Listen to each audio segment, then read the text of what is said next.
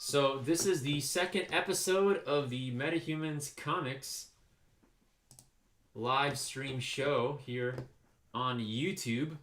Up above me to the left, we have our very own store manager at Metahumans, Francisco. How you doing, dude? Hey man, that's me. I'm doing pretty good, and you?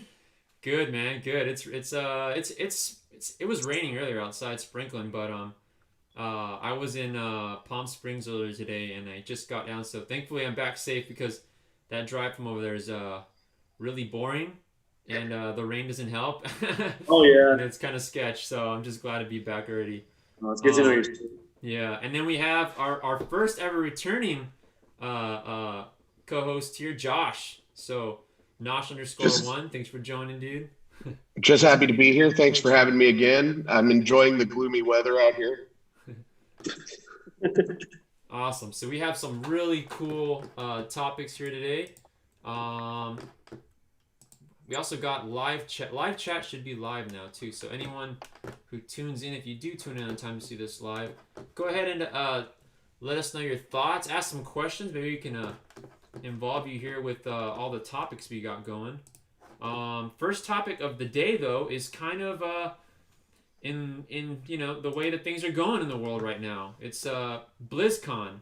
So BLIZZCON, February 19th and the 20th, 2021. So it's coming up. Now, the reason why I felt this was important to kind of go over is because, you know, the future of conventions with the question mark, we don't really know how long we're going to be in this pandemic, so to speak. I remember when it first erupted, everyone was saying like, what was it, 2 or 3 months or something, and look at us now, like a year out, you know. So with that, I mean, it looks like we're gonna have to like snuggle in on some of these big events like this until things cool down. You know, San Diego Comic-Con was online, which was a bummer because I enjoyed being there in person. But there was some kind of like, I'm still happy that it happened. Does that make sense? Yeah. Like I'm still happy that it happened. Like I'd rather get something online than get nothing. You know what I mean? Yeah, I mean, the experience is definitely not going to be the same. I mean, you're just going to be home, but you are going to watch, you know, some of the previews, the stuff that they include and all that. And then, like for the BlizzCon, like you're not going to get that same human engagement, but you're still getting the news, you're getting the heads up, you're getting, you know, all the up-to-date stuff. And that's, like you said, it's way better than nothing. Yeah, yeah. And not just, yeah. I mean, yeah, A to that, but like the big thing to me is like with this one is that this one kind of doesn't really, it's gaming already anyways, so it doesn't really like, it's not like out of its place. You know what I mean? Yeah. I think the gaming community, and you mentioned this earlier, that with BlizzCon, you're gonna have you have a fan base that is used to large gatherings online, you know, used to, you know, spending lots of time on Twitch, you know, different than the comic book, you know, I don't know if you can call San Diego Comic-Con just a comic book convention anymore, but at least the comic book community, you know, is used to that social aspect, you know, gathering and wearing your costume and, you know, meeting up with your friends that you had been talking to online, you know, the rest of the year, you know, buying and trading comic books. And I don't think, you know, like a lot of things in our lives due to COVID, I don't think we've seen the end of, you know, conventions. I don't think COVID's going to define our lives going forward, you know, once vaccinations roll out and, you know, other things happen. But I think you are going to see a sort of an evolved like hybrid thing going forward, you know, because like you said, there were good and bad things about online Comic-Con. You know, it was kind of cool to be able to just get your pre-orders and your exclusive con items in the mail, and not have to stand in line, you know, for so many hours on end, you know, to get these things out. But again, it's part of the experience. So, yeah. But actually, that San Diego Comic-Con was a kind of a cool experience too in itself, because it was actually like, did you guys see it when it went down? How it was? Yeah, I watched parts of it. Yeah. So, but like, you can watch the panels, but like the experience of going through the booths was interesting to me. Yeah. Like it was like a map, and like you would see all the vendors where they would usually be on the show floor, and you'd click them, and if you click them at like the right times or first, like right when they open the show, show floor, but there's no floor, right? Like you can actually get the exclusives. You know what I mean? So things were like selling out left and right, kind of like in real. Well, it is real life, but you know, like if you're really at the show, yeah. Yeah. Another cool thing I really liked about the online cons is that you can even miss it, and you can still go back and watch it what you missed. Yeah. So that's pretty cool. You know, instead of like the whole one experience thing, and you miss it, oh well, you can't see it that well. But this time everybody's getting the same experience, so you can't be like, oh, you know, I got to see everything live. But yeah. a lot of pros, a lot of fun. Yeah, and then they have their version of reveals, right? Like we're big. Yeah, I'm not too big like on the like the computer games, but they do look. Some of them do look pretty badass. I was never like really into Warcraft, but like Diablo looks crazy, you know. Oh yeah. And yeah, that game looks crazy, and then Overwatch is just like a fun game, you know what I mean? Oh yeah. No, it's always great watching the teams play, because I've gotten to go to like a couple of years ago to one of the live events for Overwatch, and it's like I don't really play Overwatch. I'm not too into it, but being in the audience, even just watching it online, when you get to watch teams go at it, you just get hyped. You just want to be like, oh man, I get so excited. Yeah. Well, you've been to like the legit pro Street Fighter tournaments and stuff, you know? Yeah. Those things get heated, man. Oh, they do. They do a very good job of upplaying that esports. You know, we're in a gaming stadium atmosphere. You know, you know, it's very far removed from your local dive bars, you know, Street Fighter night or whatever. You know, I mean, competitive gaming's the real deal. You know, I know there's like universities and stuff that have competitive gaming, you know, teams, and you know, you can esports, you know, facilities, and it's the real deal. It's not something I have a whole lot of experience with. You know, I played Overwatch a little bit and StarCraft, and you know, I have some experience with Blizzard's products, but it's a crazy new world that I'm not involved in. Yeah, it is a whole new world though. Next bit we're gonna go over is WandaVision episode 4. So we've got this cool zombie image of or it's basically dead Vision, right? Yeah, so this episode was definitely, I felt like it was a completely different show. I could put it in that context. It did not feel like the other 3 episodes. Even the camera work, it almost felt like it was like when they were on set filming like Avengers Endgame, like they just kept the camera rolling and were like, you know, get a couple shots of these, because even the cameras were different than the other episodes, I noticed, you know. And even some of the staff and crew, if you look at the credits, they kind of got different people working, so it made me think this was shot before the first 3 episodes. That's what it looked like to me. Yeah. So but yeah, so Josh, you saw it. DeFrancis, you guys both saw the episode? I haven't seen it, but I've heard some spoilers and some rumors and all that stuff. Yeah. I saw it, and it is definitely a return to the filmmaking style that we are used to with the Avengers films. You know, it's cool. I like it. It links the two together.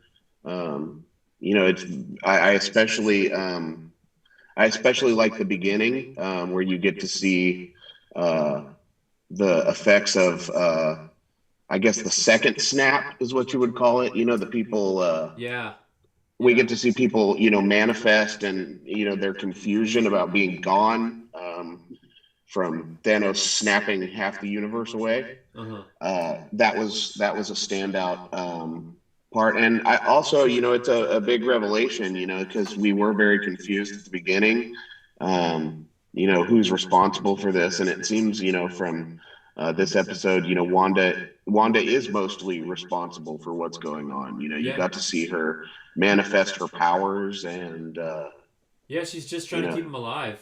You know, she's trying to keep that happy memory going. Yeah, that's really what's going on. And I heard people say that they thought, you know, there was some really great production stuff, and multitudes of Easter eggs in the first couple of episodes, the first three, with the classic TV sort of styling. And I've heard people say, that thematically this was the weakest episode of the Really? season so far. Yeah. And that may just be because it is returning to that style that we're already used to. The first three episodes were something that, we as Marvel fans maybe haven't seen outside of maybe like a show like Legion. Legion was goofy and funny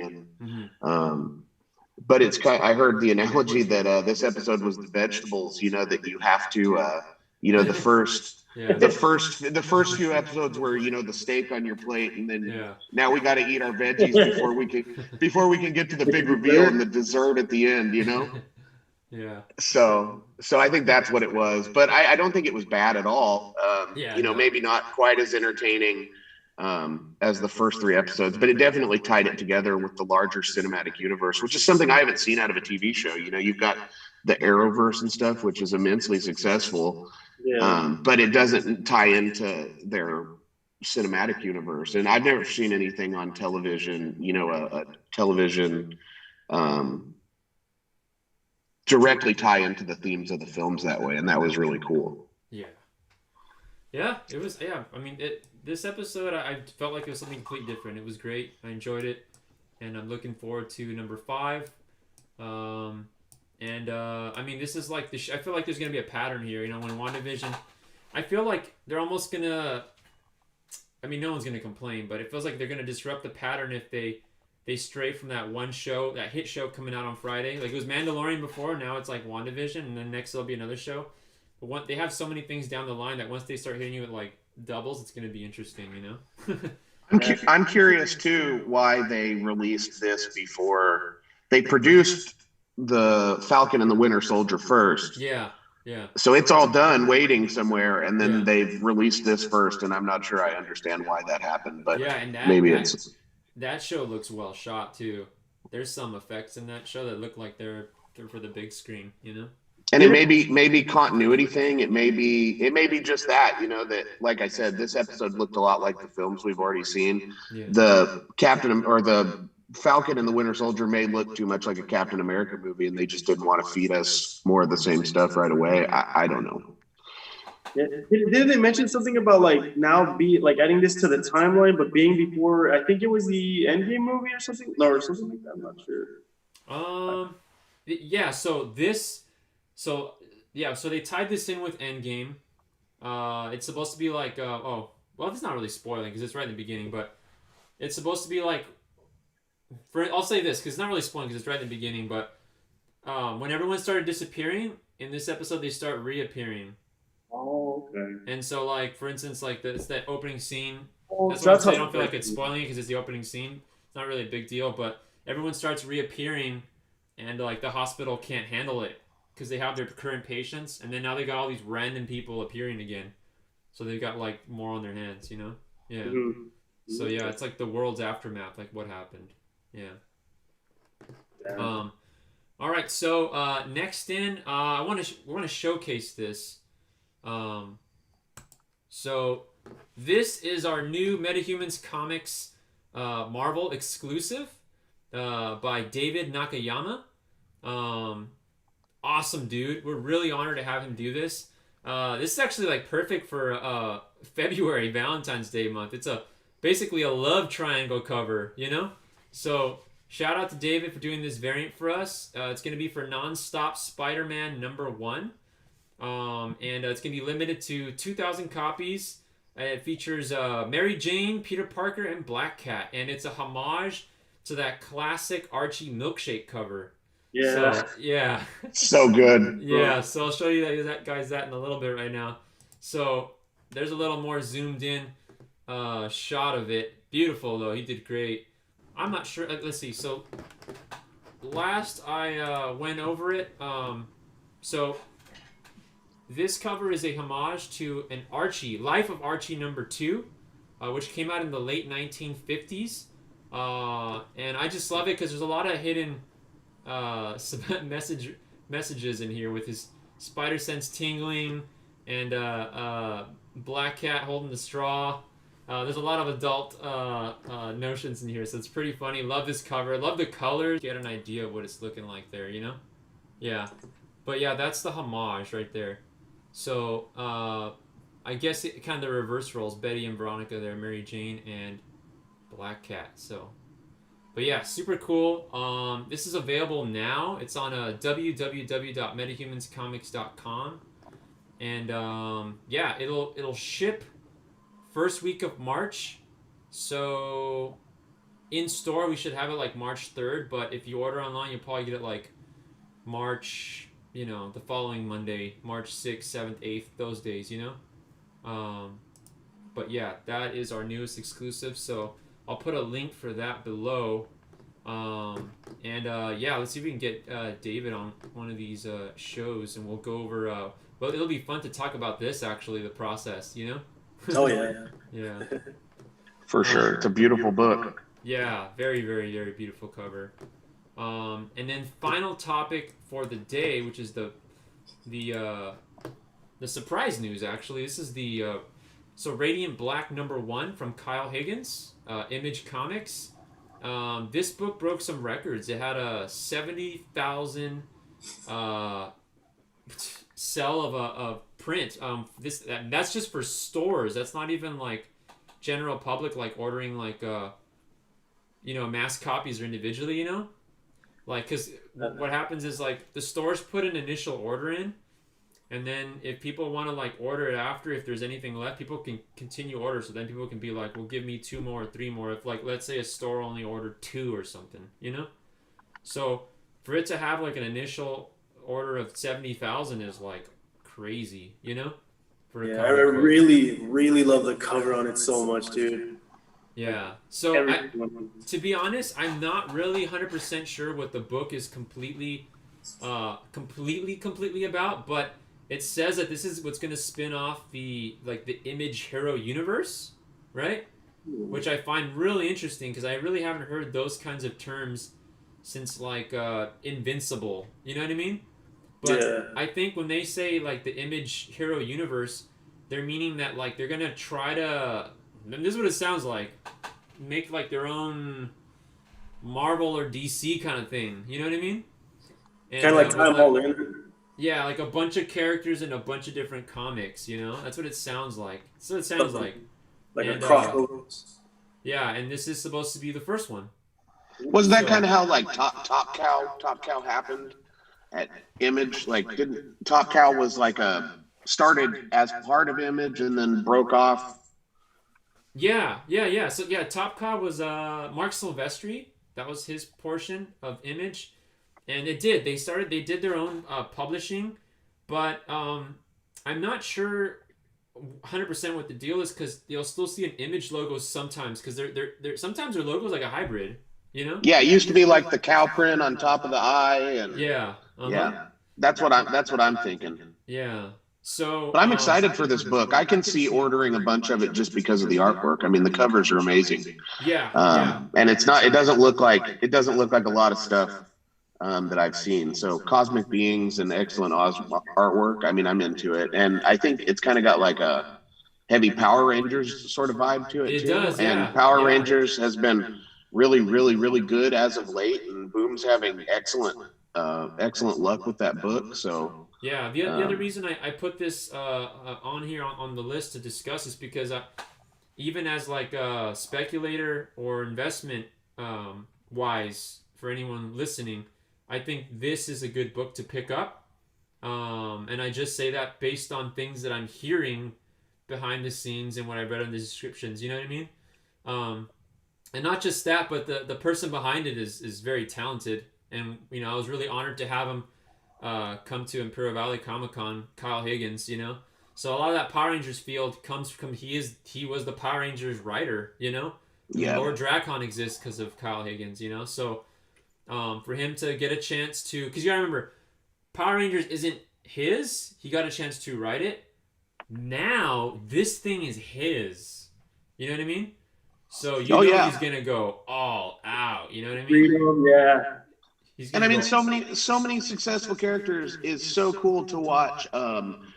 properties that belong to somebody else that some hotshot artist got his hands on, hotshot writer got his hands on, and it trickles through them and kind of picks up their style. Like, you know, you can see so much Spider-Man and stuff in Spawn that, you know, you see a lot of Power Rangers in this. You know, Higgins did a really awesome job on Ultraman, and you can see, you know, you can see the Ultraman there. It's not a ripoff, but it's, you know, that's his wheelhouse and he's in it, you know, and he's figured it out. And, you know, I think you're right. I think this book might be a big deal. That's a good point you bring up. I forgot about that he did Ultraman. So I see some of like, it's weird. I see like a little bit of Power Ranger. I see a little bit of Ultraman in this. I see like a little bit of like a lot of things. And like, this is kind of just him being like, this is my thing, you know, his own original piece. So, I mean, Eric. I mean, look at that. You know, you look at like the Max, you know, like, Sam Keith. Sam Keith, you know, I would argue that my favorite Sam Keith thing is Wolverine that he did in Marvel Comics Presents. And the body shape and the, you know, the overall sort of tone of the Max is that, you know, essentially that same thing. And he just found what worked for him and he ran with it. And, you know, I hope Kyle Higgins does the same thing here. Yeah, definitely. And this Marcelo Acosta, I'm not super familiar with his work, but I mean the artwork's amazing. Yeah, it looks great. He did a good job. I mean, I wouldn't be surprised if this gets him a bunch of other work, you know what I mean? Yeah. And there's some other cool covers too. There's a Power Rangers homage cover. Did you see that? I barely saw that today. It's like the helmet holding ones. Oh yeah, cool. Yeah. It's pretty cool. But yeah, I mean, this book is like at ordering level, it's sold out. But it's weird. Even though I didn't have like pre-orders in the shop for this book since then, because all the publicity's coming now, but then there wasn't as much talk on it, you know. I ordered 25 copies for the store anyways because I was trying to support Kyle, you know what I mean? Because it was great to have him at our show and he was really cool to us. So we already had it. Like, we already locked in regardless if it was going to be big or not. And then as time started going and started reading on it, I was like, oh, wow, this is going to be great, you know? And you know that, like, when the investment's there, when, like, there's certain things that happen when you know, like, it's going to be a big book. Like, Image will send you, like, a poster to hang in the store. You know what I mean? There'll be some publicity. There'll be some write-ups, some emails. But when they put a little more effort on some things, you can kind of tell what things are going to take off. So if we keep doing this on a show where I put at least one book that I do recommend, this week's book that I recommend is Radiant Black, you know, for sure. So they're putting all their weight behind it. Yes, exactly. Yes, they did that with like Crossover when it came out too, you know. And they did that, you know. They put more focus on certain things each time, and right now Radiant Black seems to be a lot of focus on that. So yeah, that should be a fun read. Yeah, if you're local, we just have them for cover price, so you can come scoop one up. Since we did order 25, we will have ratio covers, and shoot, I don't want to get this wrong, but I think there's a 1 in 10, and I know there's a 1 in 25. So if there's a 1 in 10, we might have 2 of those, and then we might have 1 in 25. So all you Metahumans Sunday auction people out there listening, I can say you heard it first here. I'm going to be going heads up with you for those ratio covers. Yeah. So yeah, it's going to be cool, man. It's going to be a cool book. And anyone watching right now, thank you for tuning in, even if it's not on the live stream, but just seeing this video afterwards, which most of you will probably see. If you have some cool ideas for some topics as they hit in the week, go ahead and send us a message on Instagram, Facebook, Twitter, whatever it may be. And yeah, we'll cover them on here. Or even like some of the books. I know it's not the one we featured today, but I know it's going to end up on this list eventually. Berserker, which is going to come out pretty soon. The Keanu Reeves book, but that's a whole nother show where we get into that as it gets closer to that. But that book's going to be crazy too when it comes out. Everything Keanu Reeves touches turns to gold. Yeah, and you know what's funny? The dude does not even have a social media. Like he doesn't have Instagram. He doesn't have nothing. He has nothing, and somehow he's still everywhere, right? Yeah. Isn't that Oh amazing? yeah, just riding his motorcycle through life, handing out throat punches and Yeah. just raking in cash. He's Yeah, just taking revenge on everybody that hurt his dog, bro. That's all. killing it. He's just John Wicking it everywhere. He's just like Yeah. living it real. Francisco, did you do the extra work on the Bad Batch? Yeah. I filmed in the like the party scene. Yeah. So did And it you was get to crazy. see him? Did you get to Yeah. see him? Oh yeah. We were told we couldn't like talk to him to break him out of character. Yeah. But there was a part where we were being told what to do in the scene, and me and my friends were way in the back, Yeah. and we're just listening. And then we hear out of nowhere like, "Whoa, wow, this is really exciting, isn't it?" And we turn around and we're like, "Oh man, it's Keanu Reeves right next to us." Yeah. Dude's tall, man, and we're like, "Do we talk to him? Can we talk to him? What do we do?" We're just looking. He's like, "Yeah, man. Well, I hope you guys have fun." And then he leaves, and I was like, "Whoa." Yeah. This was out in Nyland, Josh, when they did the Bad Batch movie. Yeah. That movie's a trip. Yeah. Yeah. I knew a girl who worked up at Vaughn's in Brawley, and she said he came in a few times and he was real cool. And Yeah. I'm telling you, man, Keanu Reeves, you do no wrong. Yeah. My encounter with him was the whole scene where he's doing the speech, which is actually, of what I heard, it's the longest dialogue he's ever done in a movie, was in that movie that he had to continually memorize. And I was trying to like bootleg record it like from the corner, you know what I mean? Because like he was going on so long, because like he would be saying this speech like, "We are the Bad Batch," and then when he would mess up, he'd be like, "Fuck," you know, and then he'd start all over again. But when he was like down, and he got down from because it was this giant boombox. I know this sounds ridiculous, but if you see the movie, he's giving a speech on a giant boombox with the DJ playing inside it. And when he comes down and he hits a break, like there was a point there where like he's kind of on the side and he's just kind of chilling. He always kind of like was on his own, like alone, you know. Yeah. And I remember on another day when he had and everyone was eating lunch, the catering and stuff. He didn't like sit with anybody. Again, he like kind of went alone. And I went to get something in my car, and that's when I met him, you know. Just shook his hand, and like I actually asked him like, "How do you like it around here in the valley where you're staying?" According to him, he told me that he wasn't staying here every night. He was actually driving his Porsche back and forth on a lot of the days. Wow. So he didn't stay here. Like, he might have stayed here, like, I don't know, maybe like 2 nights or something, but we were shooting this thing for like, I don't even remember, like 2 weeks, 3 weeks. So he was just trekking back and forth each time. So he would just take that, 86 to the 10, and he would just truck his Porsche high speed flailing away through past Salton Sea all the way to LA, and then come all the way back. And like, you'd think that like, oh man, that's such a trip or such a long drive. But the dude, he's a motorcycle rider. You could tell like he probably just likes being on the road to himself and his thoughts, and just blasting with his Porsche for 4 hours on the road, just whatever music he's bumping, like, you know what I mean? He doesn't even care. So he really didn't like chill with no one. He was very like Gave him a chance to put that thing through its paces. Yeah. There was some people that were there that were this is during those times of like the sad Keanu meme, you know, when it was going around. And there's some people that are saying like, wow, it's true, like he doesn't like, and I was like, well, he's not like really sad, he's just like trying to like keep to himself, you know what I mean? Yeah.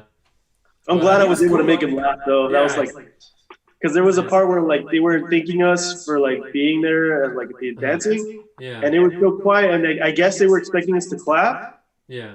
And so nobody said anything, so I was just like, excellent, and I started laughing, like he just goes, and I was like, all right, I'm gonna laugh. Yeah, that's cool, man. Yeah, he was a cool dude. That movie was out there, man. I didn't even know until recently that Jim Carrey's in it. Like, Yeah. I didn't get to work the day that Jason Momoa or Jim Carrey was there, but I worked with Giovanni Ribisi, and nobody knew who the hell he was, but I knew who he was. You know what I mean? Keanu Reeves was the one that everybody recognized. And Diego Luna was there too. Yeah, that guy was he was an asshole, unfortunately. Yeah. Yeah. I was gonna say my only movie experience here in the Imperial Valley was I got to go out and meet The Rock when they were filming The Scorpion King, Oh, and yeah. Oh, I don't think, and then I mean he it was nice for him to come and shake our hands and stuff, but Cool, man. he was not as cool as I imagine Keanu Reeves is. You know what I mean? So I'm not gonna badmouth The Rock on this podcast, but I'm just saying. No, I felt a little bad because, well, kind of, because at the end, like, everybody was excited with Keanu, Uh-huh. and then the director was like, and we all want to thank Diego Luna as well, and everybody in the crowd, and like, we're just like, Diego Luna's here, where is he? Yeah. And we did not know that he was the shirtless guy in the boombox. Yeah. He was Like, being, oh. yeah, he was being a jerk to like a lot of people that were there though, like a lot of the extras. I and was stuff. not aware of that. Yeah, Suki Waterhouse, the actress, she was super cool. Actually, the scenes that I did, the Bad Batch thing, it was like kind of around where she was and Keanu Reeves was. Like when the little girl takes the rabbit to to Keanu.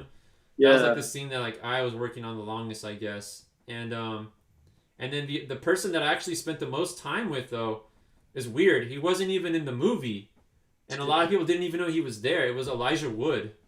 What? Yeah, and he's just friends with the director Anna Lily Amarpour. Yeah. And, he was just there, just checking it out, and that dude was cool as shit, man. Yeah, Bilbo Baggins, bro. Yeah. And he really is like height wise, like he's actually really really short, but a really cool ass dude. Yeah, chill dude. Yeah, that was a trip. All that shit in the valley was weird, and I think the thing that tripped everybody else the most out is that in that movie, the extras, I think a lot of the staff that worked there, the movie, they I don't think like they knew they were casting locals, but I don't think they knew that like how hardcore it was. You know what I mean? Because they casted the slap. Yeah.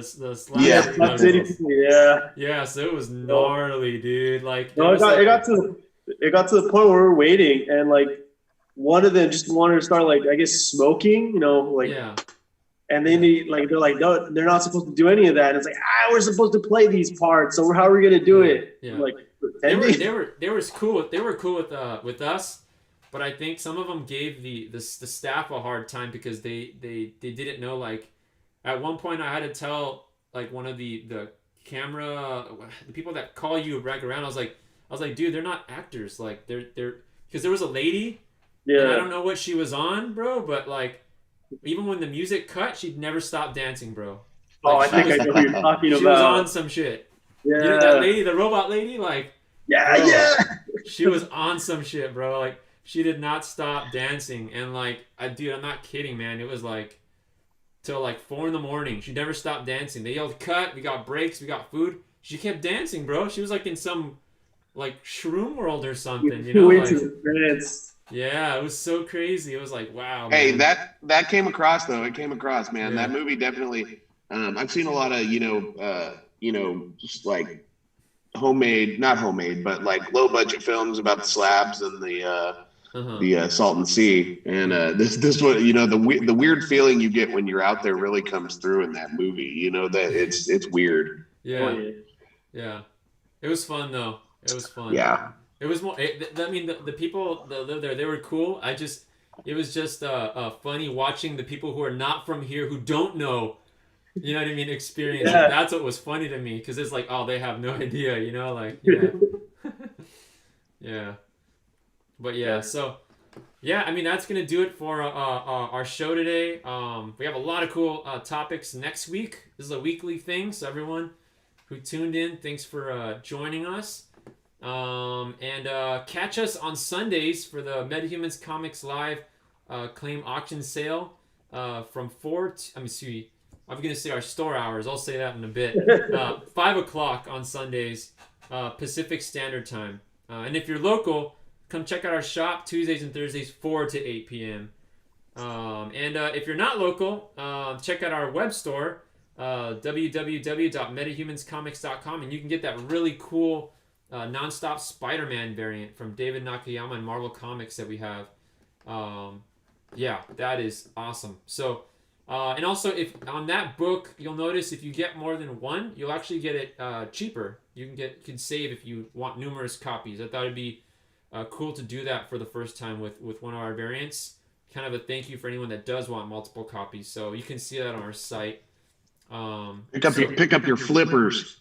Yeah, your flipper books, or if you want one signed and not signed, or however you want to mix and match. You know what I mean? Yeah. But yeah, that's it. You can find me at Ruben Nahara on Instagram. And then at Metahumans Comics is our store. On Instagram, Twitter, Facebook, you name it. It's super easy to find. And then going up the line, Francisco, where can we find you at? On Instagram at the.boyblunder. Awesome. And then Josh? I'm on Instagram as well, Nosh_1. I'm posting more comic book related stuff all the time. So check that out. And thanks for having me, Ruben. Yeah, no, thank you guys, man. It's been fun. So till next week, that is that. Thank you everyone for tuning in.